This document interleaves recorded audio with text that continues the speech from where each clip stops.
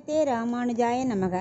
ஸ்ரீ ராமானுஜரோட தர்ஷனம் கிடைக்காத, அவர் கடாட்சம் நம்ம மேலே படாதான்னு எல்லாரும் தவிச்சுட்டு இருக்கும்போது இந்த திருக்கோளூர் பெண் பிள்ளைக்கு அவரை சேவித்து ஆசீர்வாதம் வாங்கிட்டு 81 வாக்கியம் சொல்கிற பாக்கியம் கிடைச்சது இல்லையா.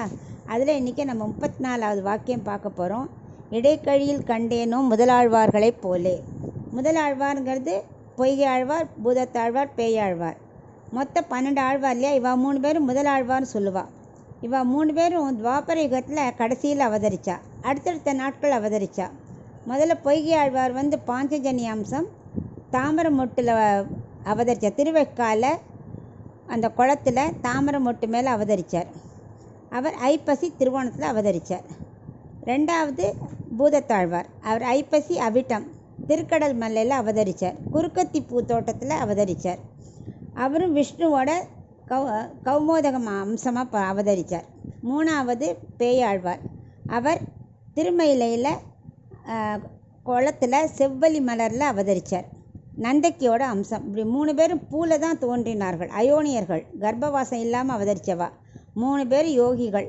அவளுக்கு தெரிஞ்சதெல்லாம் ஒன்லி பகவத் தியானம், யோகம். இதுதான் பெருமாளை பற்றி மட்டும்தான் அவளை யோசிச்சுட்டே இருப்பாள். ஒவ்வொரு இடமா போயிட்டே இருப்பாள். ஆனால் ஒருத்தருக்கு மீட் பண்ணதே இல்லை.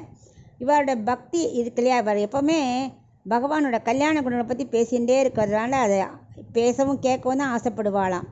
அதுக்காக நம்மாழ்வார் இவரே சொல்வாராம், இவ 3 பேரையும் இன்கவி பாடும் பரமக்கவிகள்னே அவர் சொல்லுவாராம்.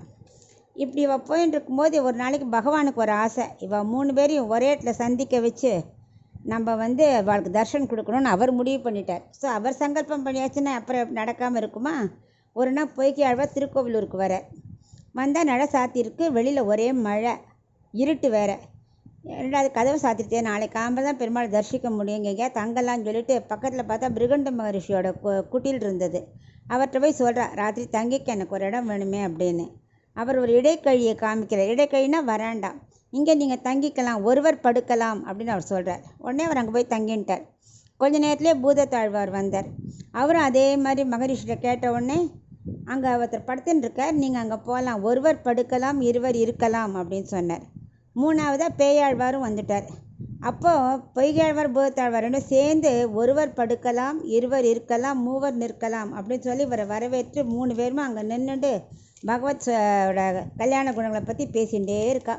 அதுக்குள்ளே மழை ரொம்ப பெருசாக போயிடுது. திடீர்னு பார்த்தா ஒரு ஆள் இந்த 3 பேர் நெருக்கி இடித்து நிற்கிற மாதிரி ஒரு ஃபீலிங் வருது. அந்த ஆள் யார் அப்படின்னா அவர் பிருகண்ட மகரிஷியில் பர்மிஷன்லாம் கேட்கல. அவர் டைரெக்டாக இவளை இடித்து நின்றுட்டான். இவளுக்கு ஒரே ஆச்சரியம்.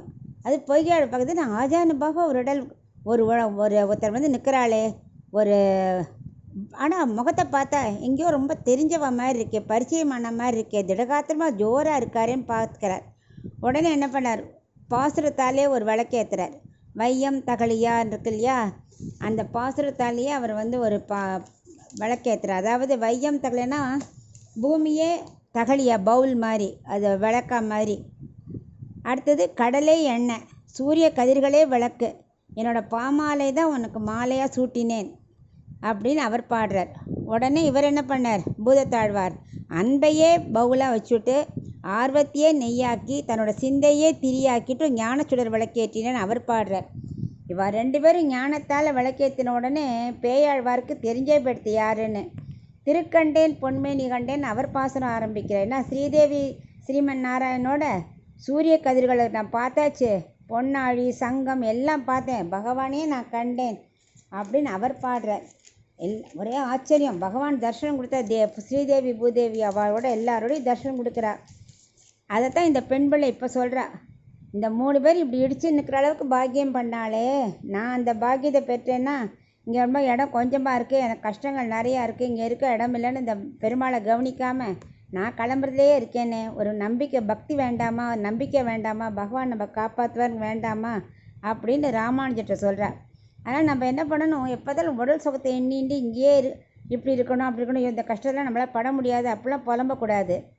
எந்த கூட்டமாக இருக்கட்டும், ஒரு க்ஷேத்ராடம் போகிறோன்னா கூட்டமாக இருந்தாலும் அந்த கூட்டத்தில் பகவான் இருப்பார். எல்லா ஆத்மாக்குள்ளேயும் அந்தராமியாக அவர் தானே இருக்கார்.